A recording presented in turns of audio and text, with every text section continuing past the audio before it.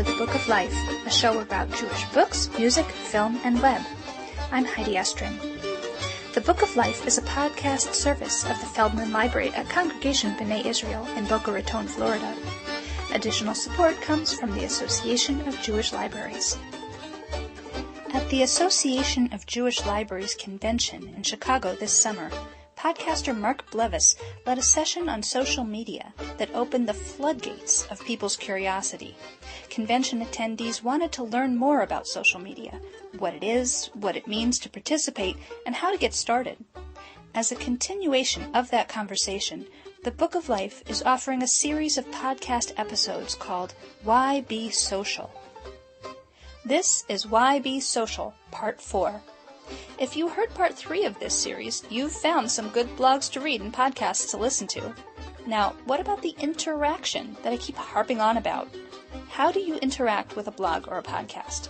Well, here to talk about the social aspect of social media is the guy who got us started with this whole conversation, Mark Blevis. Mark not only has his own blog and podcast, more than one in fact, he's also very active in the social media community. Take a look at bookoflifepodcast.com for links to Mark's many online projects, including my favorite, Just One More Book, a podcast about children's literature. Before we get started, I'd like to stress how important I think it is for Judaica lovers to interact with the non-Jewish web so that we're not just talking to ourselves. I'll link to some suggested non-Jewish literary blogs for you in the show notes at bookoflifepodcast.com, and feel free to post comments with your own suggestions.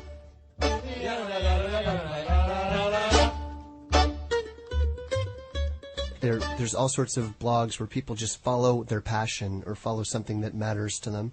Or in other cases, it's personal journaling, or maybe somebody is expert in a particular field or a professional in a particular field, and they blog their thoughts on what's going on in the current events in that field, whatever.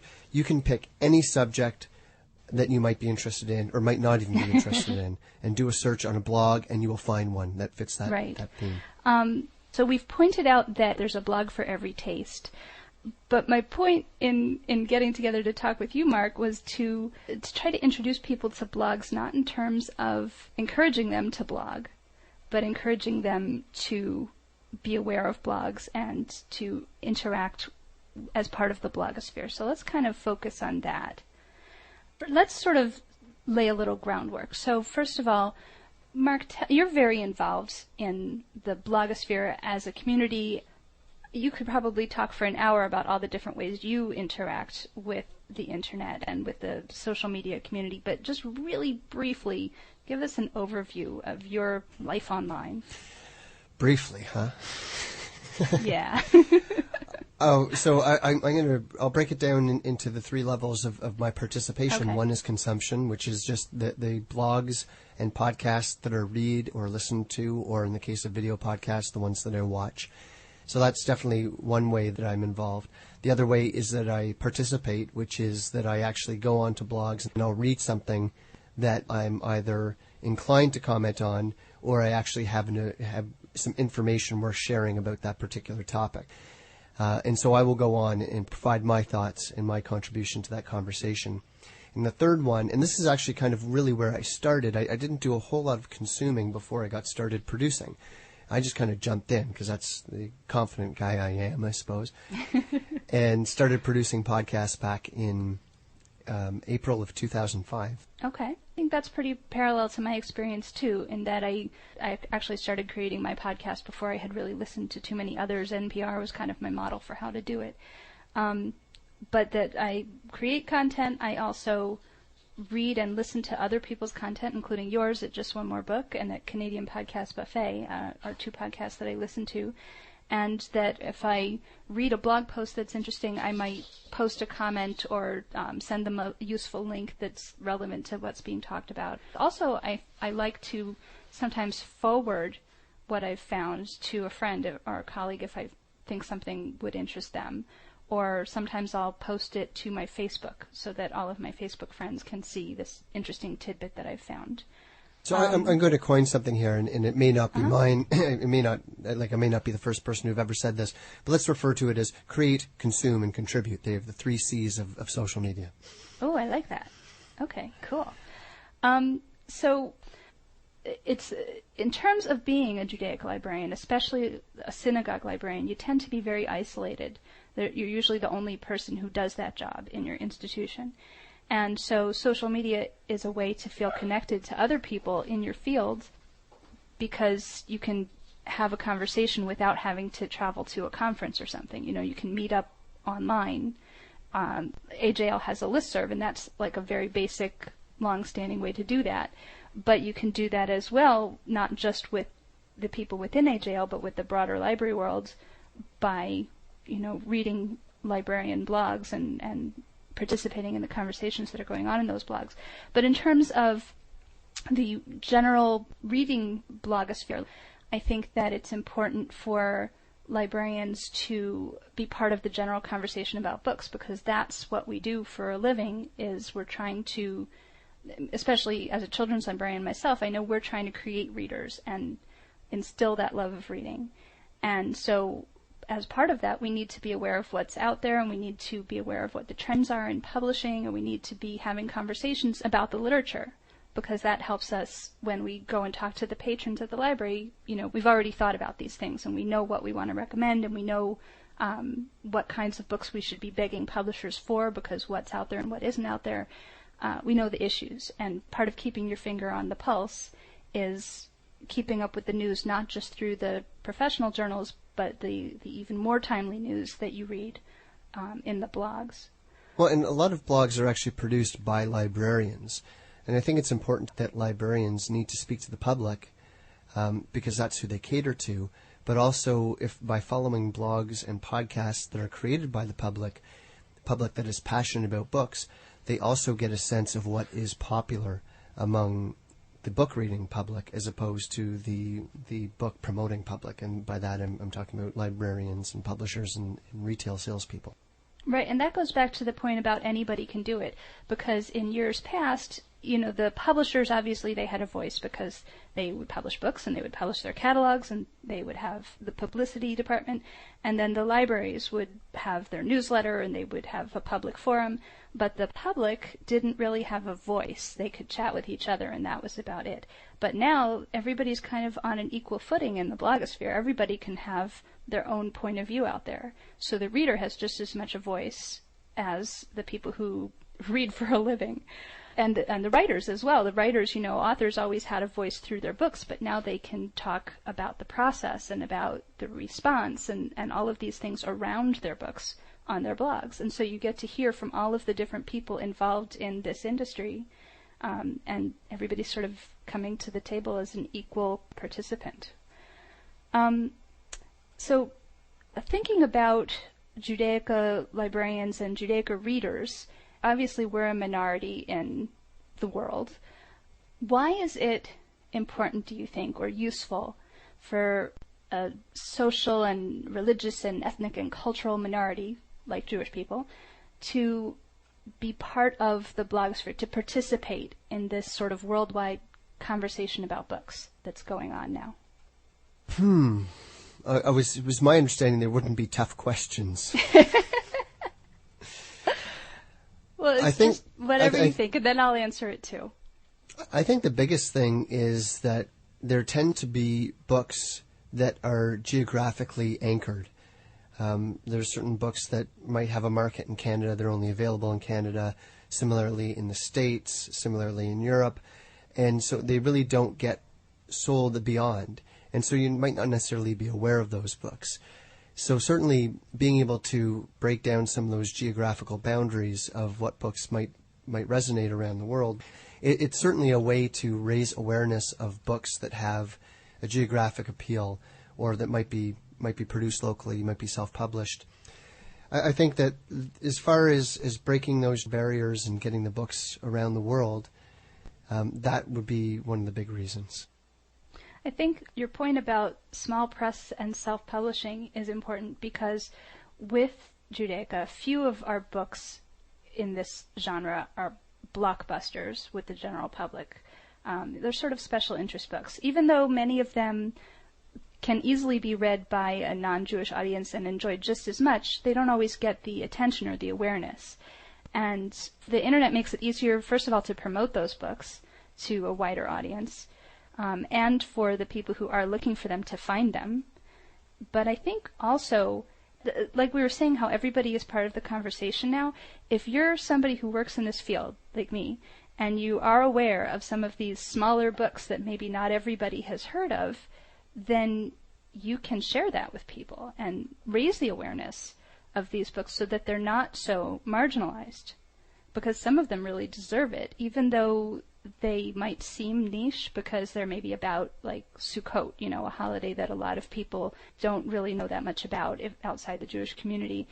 If it's a book that seems worth sharing with the whole world, even though it's about a sort of special interest, like, say, The Mysterious Guests by Eric Kimmel is a Sukkot story, but it's a really great folktale type of story with a broader message, and it doesn't need to only be read by people who are going to be building a sukkah.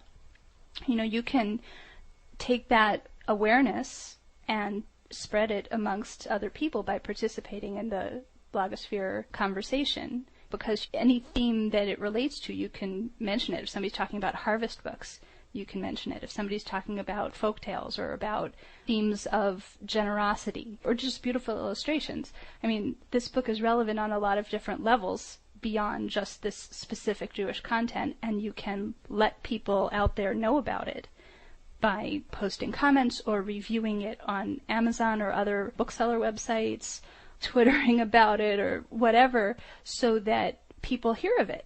And that's a service to the industry. It's a service to the genre of Jewish literature, because these books tend to go out of print fast because they don't sell as many copies, because they're perceived as being for, a very small group of interested people. And if you can help drum up interest by spreading the word, maybe these books won't go out of print so fast. Maybe more of these books will end up getting published because the publishers will see that people will buy them. Maybe I'm idealistic, that I believe that children today want to know more about the world around them, different cultures and different religions and traditions and stuff like that. And that's why it makes it so exciting when you have a book by Eric Kimmel, when you have books like New Year at the Pier, which make some of the things about some of the traditions and some of the holidays and some of the things that go on in Judaism a lot more accessible to the public.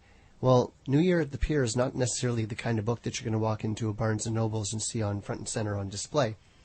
But it is the kind of book that the blogosphere would get excited about and talk about it in a Jewish secular kind of way. That is, it's a Jewish book that can be appreciated just as much, if not more, by the secular community. And you're not necessarily going to have a book like New Year at the Pier reviewed by the New York Times. It might be reviewed by the Ottawa Jewish Bulletin. It's not necessarily going to make it to the mainstream press. And so this is where the blogosphere, the podcasts and video promotion, all these different ways of promoting books and raising awareness within the Jewish community and beyond is really important. Right. And I guess my point is that it's not just that the blogs will cover a book that might not be as much of a blockbuster. We met April Whalen, the author of New Year at the Pier, when we were at the AJL conference. And, we're both going to be covering her on our own podcast. You already did, and I'm going to be. And I hope that she'll get plenty of attention on the blogs out there. But what I'm saying, I guess, is that we who know about this book and already like this book, we don't have to wait for some blogger out there to take care of it, because all of us as participants can go and post a review on Amazon or someplace. You don't actually have to have a blog. You can post your review wherever reviews are accepted. You can post a comment on somebody else's blog without having to create your own blog. You can just email your friends and tell them, hey, I read this great book. Oh, yeah, absolutely. I think a lot of these things are when we talk about low barrier to entry, I think probably the quickest and easiest way to get involved is to put a review on Amazon. Maybe just as easy way to get involved and to raise awareness and to provide your input is to comment on a blog post. And it's very simple. It's just filling in blanks, your name, your email address, and your thoughts. You just mentioned putting in your email address, and I know that many people worry that if they put their email address or any personal information out there, something bad will happen because they've heard scary stories. So let's talk about why it's not as scary as it might seem. Okay, well, I should start off by saying prior to getting heavily involved in social media and podcasting, I spent 13 years in information security, risk management, and privacy. So I was doing work for the Canadian government, the U.S. government. I was doing stuff with, just by way of background and this kind of privacy awareness that I have and information security awareness I have. I was dealing with U.S. Navy, U.S. Air Force, Marine Corps, NASA. I was dealing with state banks in South America, Banco de Venezuela, with government agencies. So, I had a security clearance, and there was a lot of work that I was doing. So I have a very good idea about how to protect information, how to audit that protection, all that stuff. And yet, I live my life online. I draw the line at sharing when I'm going to be away from my house, for example. I don't share my address, although I'm sure people could find it if they really want to. But I'm careful not to say when I'm going to be away and for how long. Andrea and I talk about our two daughters, Lucy and Bela, in our podcast. We don't show photographs of them. So there's certain things that I don't do. But on the other hand, my cell phone number is online. I've had the same phone number now for about 15 years, that same cell phone number. And it's been online for the better part of the last 5 years. And I have yet to get a single prank phone call on my cell phone. Now, I get a lot of spam. It's unavoidable. But I do have spam filters. When you go to post a comment on a blog and it asks you to put in your email address, and then it sometimes will have a note saying, we're not going to share this email address. Why do they ask you for your email address? They do that because they want to know that a human has entered the information. When blogs first became popular, this was a way of trying to ensure that a real person had entered the comment. That, of course, is no longer the case because the robots can now just create fictitious addresses and drop them in.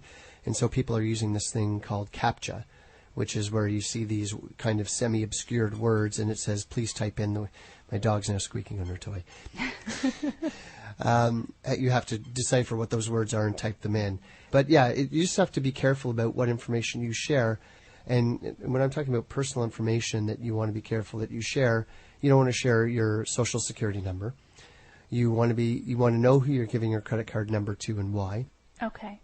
All right. Well, I think that we've covered pretty much all of the bases. Excellent. I guess I just want to make sure that people who are listening to this realize that we're not saying everybody has to be a blogger or a podcaster. We're just hoping that everybody will bring their special knowledge about Judaica to the broader public. I think it's nice to talk amongst ourselves, but it's even better if we can be part of a conversation with other people out there so that we can build bridges between our community and other people out there, and maybe that helps to build tolerance and make the world a better place and all of that good stuff. Build bridges, I like that. Somebody at AJL, I think I overheard them saying next year online. Instead of next year in Jerusalem, next year on the internet. Yeah. So I would just really encourage people to use every form of social networking, whether that means having a live conversation with a friend or getting on the phone or email or any of those very easy ways, all the way up to posting comments on blogs or putting your own reviews on Amazon, all the way on up to actually creating your own blog. So I really hope that people will see that the conversation is important enough to put in their own 2 cents. So thank you so much for participating in this with me. Yeah, no problem at all. It was fun. Anytime.